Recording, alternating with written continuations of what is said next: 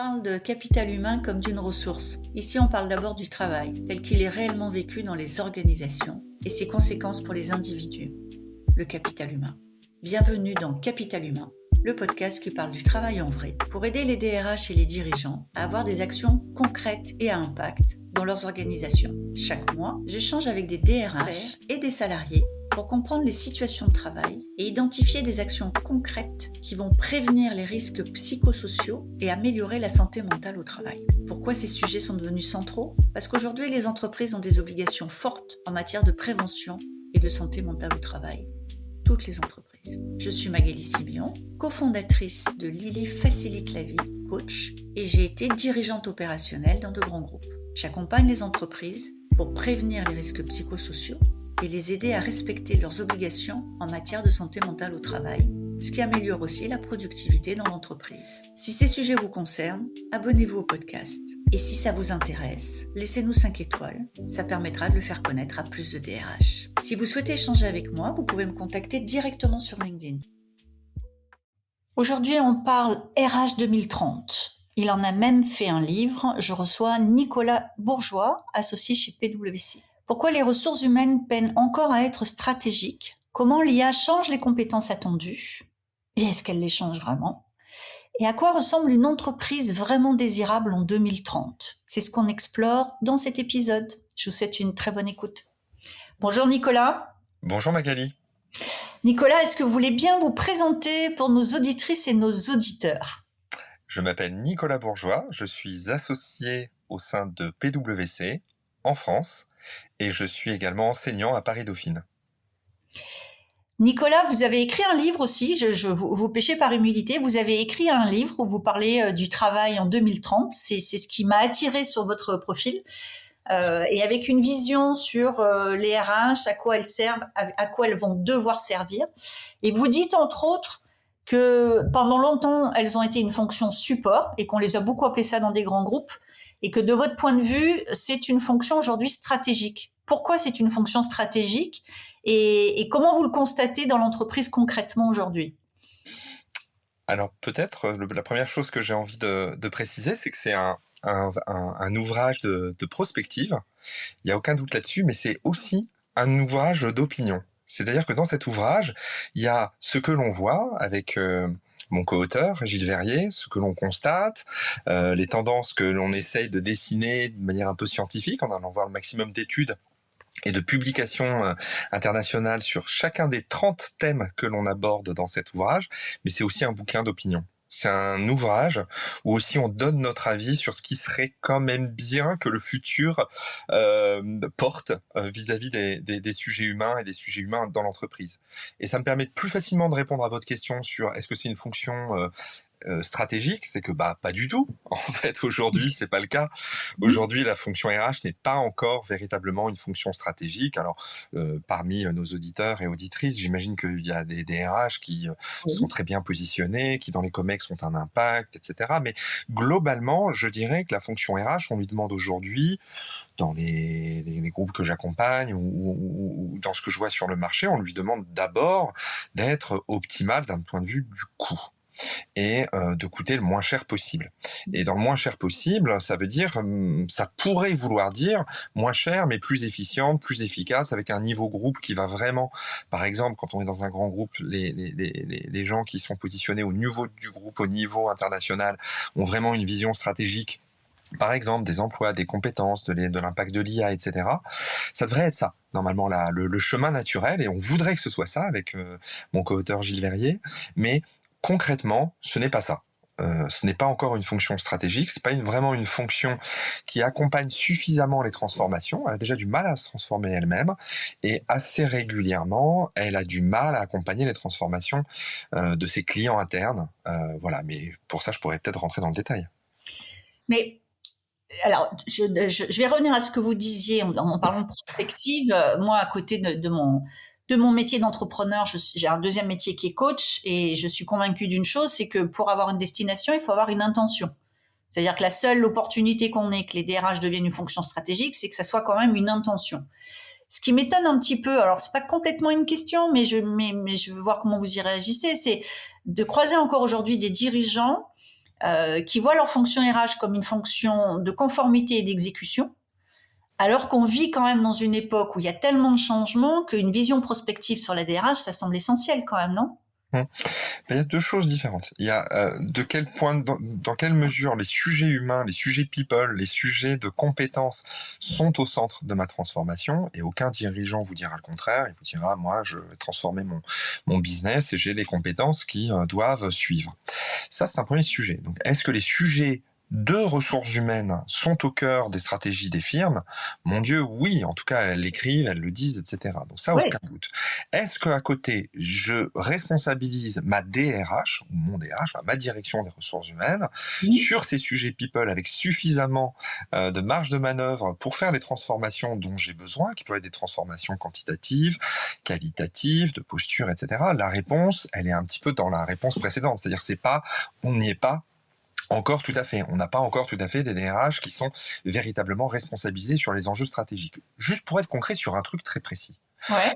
Si on dit stratégique, ça veut dire qu'on est capable, par exemple, en tant que RH, travailler sur l'évolution des organisations. Par exemple, j'ai un shift de business model dans mon organisation, je change un peu d'activité, j'ai une activité qui vient d'être acquise, par exemple, ou je développe une nouvelle activité from scratch. Peu importe. Est-ce que j'attends quelque chose de la direction des ressources humaines? Sur un papier, oui, je vais dire j'ai besoin de nouvelles compétences, etc. Mais dans quelle mesure je vais laisser le DRH s'occuper de l'organisation de cette direction? Dans quelle mesure je vais demander au DRH de travailler sur le sizing, la taille de cette organisation? Dans quelle mesure je vais le laisser travailler sur les enjeux de management liés à la mise en place de cette nouvelle organisation? Dans quelle mesure je vais laisser la main à la DRH sur finalement tout ce champ de compétences humaines dans le cadre de cette nouvelle réorganisation? Je prends juste cet exemple. Questionnez les DRH, ils vont vous dire très très vite, on essaye d'être présent, on essaye de montrer notre catalogue de services, mais bien souvent on se fait couper l'herbe sous le pied par les managers stratégiques, etc. Donc il y a une vraie difficulté encore à ce que la DRH s'impose. Elle est dure cette phrase, mais c'est encore difficile pour les DRH qu'ils s'imposent sur les sujets humains qui sont dans le périmètre du business. Alors, pour avoir été patronne de BU dans des grands groupes, en vous écoutant et pour avoir vécu des grandes réorgs, c'est vrai que quand j'ai eu à réorganiser des grosses BU, j'étais à la manœuvre, éventuellement avec une boîte de conseil, voilà, et avec une DRH qui était plutôt dans le fait d'enregistrer, plutôt chambre d'enregistrement que force de proposition.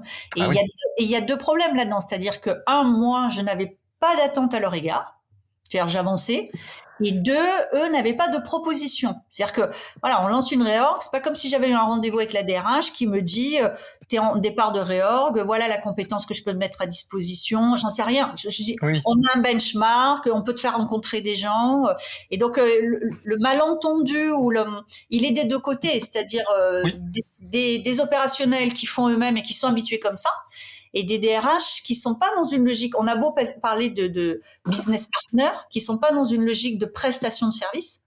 Finalement, les benchmarks, par exemple, avaient été faits par la boîte de conseil dans mon cas. Moi, j'aime bien le terme que vous avez utilisé, Magali, qui est le terme de malentendu. Je suis assez d'accord avec ça, il y a une forme de malentendu.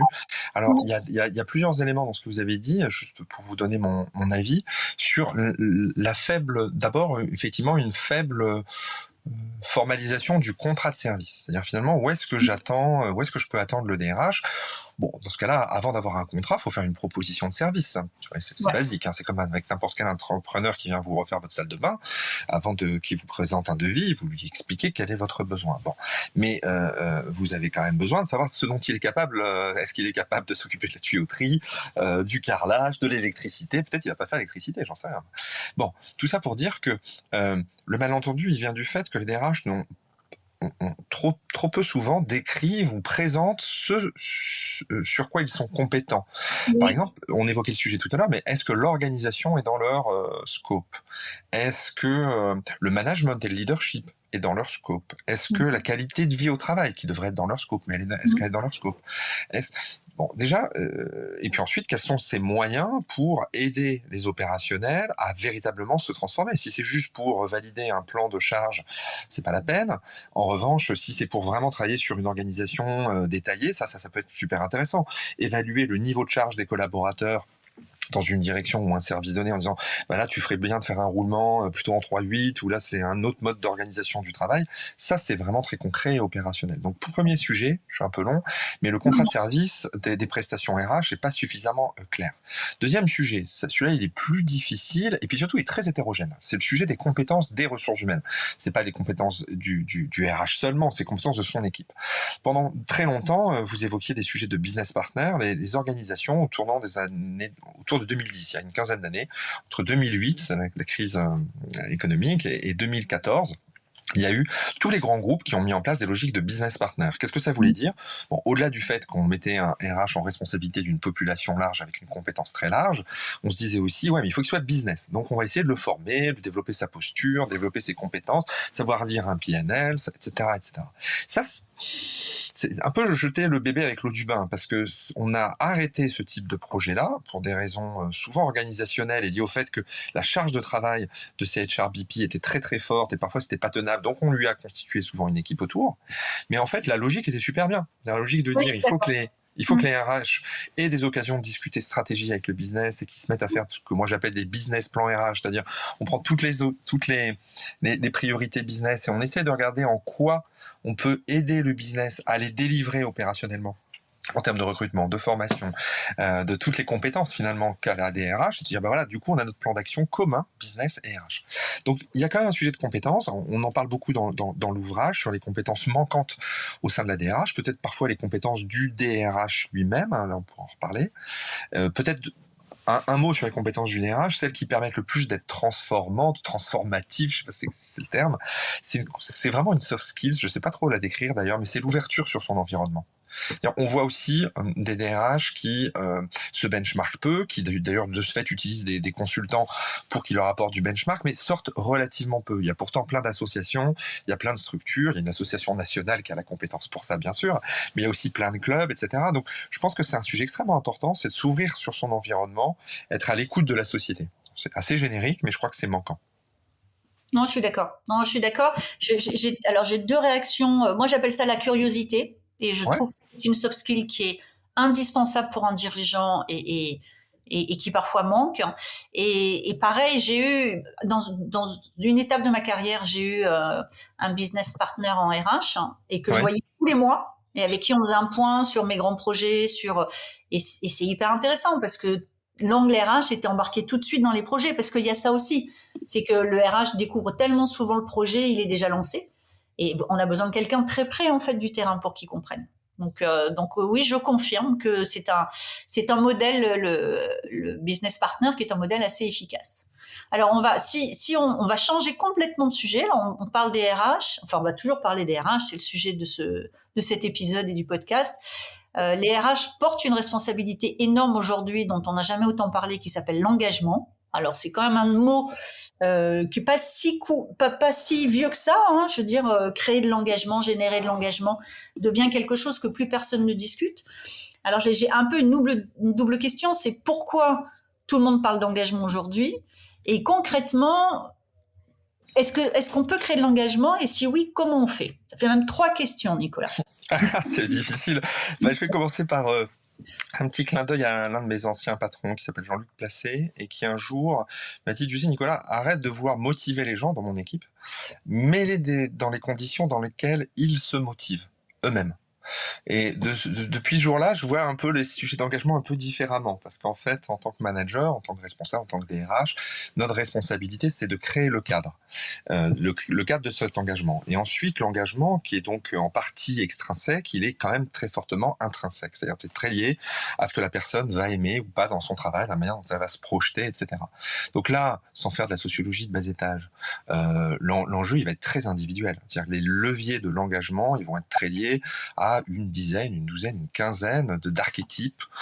Et donc, bien travailler sur l'engagement, c'est très très vite essayer de serrer les populations que l'on a, essayer de comprendre quels vont être leurs leviers d'engagement. Alors, heureusement pour ça, il y a quand même des enquêtes, des études qui mettent en évidence, que vous évoquiez, un certain nombre de tendances sur l'engagement. Et ce qu'on dit souvent, et ce que je constate dans mes interventions, c'est que le premier levier d'engagement, c'est à quoi sert mon travail quand même, la finalité de mon boulot. On peut dire le sens du travail. Et là, c'est vrai que les collaborateurs, ils sont très durs avec l'entreprise. Et les collaborateurs français en particulier disent, j'ai un peu de mal à trouver du sens au travail. Et le sens au travail, soit on dit, j'ai du mal à le trouver, c'est-à-dire c'est ma responsabilité individuelle que de le trouver. Bon, bien sûr, on est suffisamment adulte pour se dire, je vais être à l'aise à la Française des Jeux. Non, je serai plutôt à l'aise chez Orano ou chez Engie ou chez Carrefour. Bon, on est responsable de ça. Mais il y a aussi un vrai sujet, c'est que c'est la responsabilité de l'entreprise que d'expliciter le sens davantage. Et les salariés disent, quand même, j'ai des dirigeants, il faut séparer les dirigeants des managers de proximité, ils n'ont pas du tout le même regard sur les uns ou sur les autres, mais sur les dirigeants, ils sont très très durs. C'est-à-dire que les collaborateurs, y compris dans une enquête récente, je fais un peu la pub de PwC, mais qui s'appelle Hopes and Fears et qui sort aujourd'hui, c'est pour ça que je t'en parle. Qu'est-ce qui est mis en évidence? Eh ben, c'est que les salariés disent, moi, mes dirigeants, je comprends pas trop, et c'est assez majoritairement ceux qui veulent faire de l'entreprise. C'est-à-dire, je me reconnais pas dans le projet de l'organisation. Alors peut-être que les dirigeants ils communiquent mal, peut-être que le projet il est trop flou, trop générique, etc. Il y a quand même combien de clients ont du mal à expliquer leur transformation, c'est-à-dire à expliquer qu'est-ce qu'ils veulent transformer, ou les salariés comprennent pas en fait. Donc c'est ça que disent beaucoup les collaborateurs. Ils disent j'ai du mal à trouver du sens. Et ce sens-là, je peux le trouver en moi-même, mais quand même, les dirigeants mettent pas beaucoup à le stimuler. En revanche, heureusement, j'ai mon management de proximité avec lequel je me sens plutôt bien, et c'est lui qui va m'engager davantage. Alors après, dernier petit élément intéressant, je trouve, notamment dans l'enquête dont je viens de parler, c'est que tout ce qu'on disait sur la Gen Z a l'air, parce qu'il faut toujours se méfier, a l'air un petit peu de bouger. C'est-à-dire, on disait, la Gen Z, elle est pas tellement à l'aise avec le collectif de travail, en fait, notamment parce qu'elle est très individualiste, parce qu'elle aime pas trop travailler en groupe projet, etc. D'abord, elle a un petit peu vieilli, alors pas beaucoup, parce que les plus vieux ont 28, 29 ans, je crois, si je calcule bien, mais quand même, un certain nombre d'entre eux bossent en équipe en étant eux-mêmes des managers de proximité, de super proximité, ou j'en sais rien, où ils encadrent une ou deux personnes, ou un stagiaire, un alternant, j'en sais rien.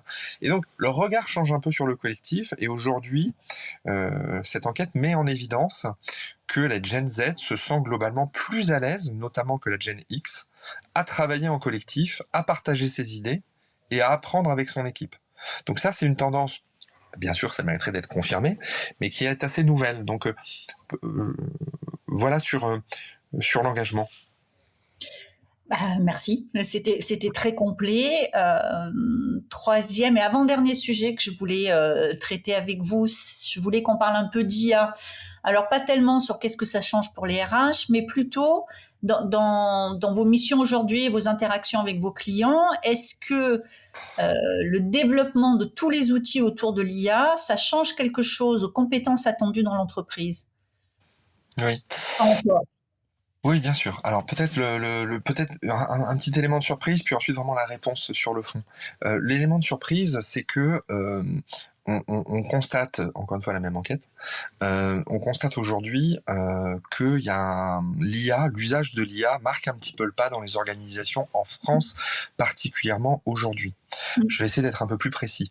L'année dernière, quand on posait la question aux gens, combien de fois par jour, combien de fois vous allez travailler avec un logiciel d'IA, quel qu'il soit, avec un outil d'IA, pardon, que ce soit ChatGPT, Copilot, DALL-E, tout ce que vous voulez, ou même ce qui est embarqué dans les progiciels. C'était 7% des salariés qui disaient l'année dernière, j'utilise l'IA quotidiennement en France, 7%. Et cette année, c'est combien? 7% en France. Donc ça n'a pas bougé. Oui. Alors que dans le monde, ça a progressé un petit peu, et le monde quotidiennement, on est plutôt autour de 14%. Ah, et ça, donc c'est quand même le double. Et ensuite, après, on pourrait regarder hebdomadairement, mensuellement, je vais vous épargner tout ça, mais le quotidiennement, c'est quand même un truc, parce que je pense que vous-même, et en tout cas moi, pour ce qui me concerne, c'est certain, les métiers dans le conseil, le travail sur l'information, la communication, l'enseignement, on utilise ces outils tous les jours. Et on les utilise à 7%, donc pour autant en moyenne en France. Donc avec un retard assez fort. Alors que personnellement, si vous posez la même question en disant, OK, l'usage professionnel, 7%, mais l'usage perso, combien? 33%. Donc il y a un énorme écart, il y a un écart qui se creuse énormément. C'est un petit peu comme quand on a connu, pour ceux qui sont les plus anciens, autour de 2000, même un peu avant, Internet. C'est-à-dire qu'en fait, c'est les usages perso qui ont boosté les usages professionnels. Partant de là, ça veut dire quoi? Ça veut dire que les boîtes, elles l'intègrent pas bien. C'est-à-dire qu'elle l'intègre pas suffisamment dans le quotidien de leurs collaborateurs. Elle peut dire, OK, je laisse mes collaborateurs se faire leur idée, mais même pas, puisque on évoquait en off tout à l'heure le fait que telle ou telle organisation avait interdit l'IA ou un usage assez restreint de l'IA à ses collaborateurs. Donc ça, c'est le premier point. C'est quand même, ça marque un peu le pas. C'est dommage, je pense que c'est provisoire. C'est lié à un déficit d'adaptation, d'adoption de l'IA par les organisations, une conduite du changement mal fichue, quelques craintes sur les usages professionnels potentiels et un faible accompagnement de la part des organisations et de formation de ses collaborateurs. Ensuite, qu'est-ce que ça change sur les compétences? C'était votre question directe. J'ai envie de dire, au vu de ce que je viens de vous raconter factuellement, pas des masses de choses, concrètement, ça ne doit pas changer énormément de choses. Mais il faudrait que ça change, c'est un petit peu ce que je disais tout à l'heure sur le bouquin. La cible, c'est qu'il faudrait que ça change, c'est-à-dire que ça renvoie les collaborateurs sur effectivement d'autres types de compétences qui vont être des compétences d'interprétation principalement, de formulation d'hypothèses, de prise de recul, de comparer les données, de les mettre en regard, d'avoir une forme d'analyse critique. Et effectivement, ces compétences-là sont les compétences décisives, clés de demain. J'ai pas pris des terminologies très référentielles de compétences là, quand je vous ai dit ce qui était nécessaire. Mais c'est ça, en gros, les compétences dont on a besoin au regard de l'IA. Ce que moi je constate dans mon équipe de start-up, c'est que on a mis, nous, l'accélérateur sur l'IA depuis septembre. On a payé une formation qui dure 1 an à tous nos salariés, tout le monde, sans distinction, pour voir justement ce qui émergeait. Et on voit bien que ceux qui émergent sont curieux et dégourdis. Et c'est pas une soft skill qu'on promeut tellement. C'est-à-dire, ils essaient, ils se plantent, ils recommencent, ils font des trucs, ils vont chercher des tutos. Il y a vraiment un côté dégourdi et qui est une compétence, moi me semble-t-il, qui va faire la différence dans le futur. Parce que ces outils bougent tout le temps. Donc, on peut pas rester juste sur un outil. On est obligé d'être curieux, de se demander qui fait quoi mieux. Et pour arriver à développer du no-code, l'automatisation, c'est toujours moins simple que ce qu'on nous annonce. Et donc, ça demande d'être dégourdi. Et je le vois bien, moi, au quotidien. Ouais, mais je trouve que l'échange est intéressant parce qu'il renvoie à, finalement, c'est quoi la part de responsabilité des deux parties, c'est-à-dire à la fois de l'entreprise et puis du collaborateur. Le dégourdi, etc., ça renvoie plutôt à une compétence, une appétence des collaborateurs. Là, le vrai sujet, c'est si c'est pour avoir 10% des collaborateurs qui sont très à l'aise parce que ils vont eux-mêmes s'y intéresser, etc., c'est très bien. Mais l'enjeu pour une organisation, c'est de faire que tout le monde puisse mobiliser, utiliser et comprendre en quoi ça peut aider son travail. D'ailleurs, il ne faut pas opposer, bien sûr, il va y avoir des caricatures, y compris dans le conseil, puisqu'on a vu qu'un certain nombre de sociétés de conseil se débarrassaient, entre guillemets, de juniors parce que l'IA faisait encore mieux le boulot. Bon, moi je suis désolé, c'est pas pour faire de la pub pour ma boîte, mais je vois pas tellement les juniors menacés dans mon entreprise par l'IA. Je les vois au contraire très augmentés par l'IA et bien meilleurs que ce qu'ils étaient il y a 2 ans grâce à l'IA. Alors le tout est après on est dans des compétences, des soft skills, c'est un peu astucieuse. C'est pas la peine de faire semblant que tu n'as pas travaillé avec l'IA et que ça vient de ton travail. On reconnaît tout de suite la patte, etc. Donc j'espère que plus personne ne fait cette erreur de dire voilà ce que j'ai fait et puis en fait c'est l'IA qui a bossé. Ce qui va être plus intéressant, c'est voir comment la donnée a été transformée, comment ça a été mis en perspective et voir comment on utilise l'IA contre une autre IA et comment on utilise l'IA pour améliorer la production première de l'IA. Ça, c'est très intéressant. Pour ça, il faut savoir être un peu acculturé et avoir adopté l'outil, évidemment. Ben, on revient à la compétence curiosité, hein, qui, Exactement. pour moi, alors au XXIe siècle, est une compétence indispensable. Dernière question, alors qui est à la fois un peu la synthèse de tout ça. Dans votre vision prospective, à quoi ressemble une entreprise désirable en 2030 ? C'est-à-dire une entreprise qui attire justement les candidats et qui retient ses salariés. Ouais, c'est une question effectivement, très complexe, très, très complexe, parce que je crois d'abord que, on va avoir un écart type de plus en plus fort entre les entreprises sur ce que sera leur politique, sociale ou leur politique RH. Ce qu'on voit aujourd'hui, c'est quand même peu importe la taille de l'entreprise, mais on voit le fossé de plus en plus grand entre des entreprises qui ont la possibilité ou qui prennent la possibilité, peu importe, d'avoir une politique RH très ambitieuse, heu et puis celles qui effectivement considèrent que c'est plus un sujet parce qu'effectivement, elles sont peut-être très prises sur les enjeux de coûts et cetera. Elles sont plutôt dans une logique de fuite en avant. Et moi, ce que je constate, c'est quand même une énorme différenciation entre des employeurs de référence, et des entreprises qui ont des vraies difficultés à positionner, l'humain, comme, ayant une valeur ajoutée. Ce qu'on voit de plus en plus, c'est que si on veut être performant sur son marché, ça plaide plutôt pour une des deux catégories, si on veut être performant sur son marché, on a tout intérêt à avoir des collaborateurs en capacité de décider, sur le terrain, en capacité d'avoir des marges de manœuvre, parce que ils vont faire preuve d'intelligence de situation vis-à-vis du client. Ils seront beaucoup moins enserrés par des processus et une organisation. Donc, pour moi, l'entreprise de demain, c'est une entreprise qui donne beaucoup plus de responsabilités au local, euh, aux collaborateurs en situation de travail, parce qu'il l'a accompagné, il l'a formé, il l'a développé, il est devenu compétent, responsable et peut s'engager à un lien de confiance. Donc ça, c'est théoriquement, je ne peux pas répondre très longuement, c'est plutôt vers ça que j'irai, c'est-à-dire, premier sujet, vraiment libérer les énergies au niveau local. Je pense que c'est ce dont beaucoup d'entreprises souffrent aujourd'hui. Et deuxième sujet, peut-être plus technique, mais qui peut intéresser les DRH, c'est le sujet de la segmentation. Je crois qu'on a été trop loin dans la segmentation des populations. C'est logique que comme le marketing nous l'avait bien enseigné, si on veut fidéliser nos cibles ce sont les salariés, eh ben, il faut avoir des politiques RH très spécifiques, sauf que maintenant, la plupart des groupes, des entreprises de taille assez importante, se disent, mais bon sang, j'ai 25 politiques RH différentes, comment je peux comment je peux engager le même corps social en ayant autant de contrats sociaux différents. Et donc, il y a beaucoup de DRH qui s'intéressent à cette question et de se dire, mais finalement, qu'est-ce qui nous relie? Parce que l'enjeu, c'est pas d'avoir des indépendants et un contrat de travail individualisé pour chacun, sinon, autant aller chercher ses ressources sur des plateformes, sur Malte ou sur ce que vous voulez.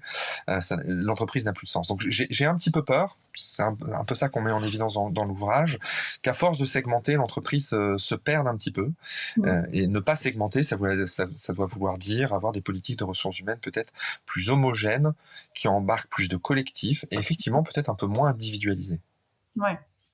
Et un peu plus universel aussi, c'est-à-dire pas être sur une seule thématique, mais être capable d'être sur des thématiques transverses. Nicolas, merci beaucoup. Voilà, c'est complet. Merci Magali. Et on a tout vu. Merci pour cette intervention. Merci d'avoir été avec nous aujourd'hui. Si vous avez aimé cet épisode, pensez à le partager avec vos collègues ou avec d'autres dirigeants et à nous laisser une petite note. Ça fait toujours plaisir et ça nous aide beaucoup. Vous souhaitez en savoir plus? Abonnez-vous pour rester avec nous et sentez-vous libre de nous faire part de vos réflexions en commentaire. J'adore ça. Et si vous avez envie de partager votre histoire ou vos expériences, n'hésitez pas à me contacter sur mon site Lily facilite la vie info. À bientôt dans Capital Humain, le podcast pour que les salariés soient heureux et productifs.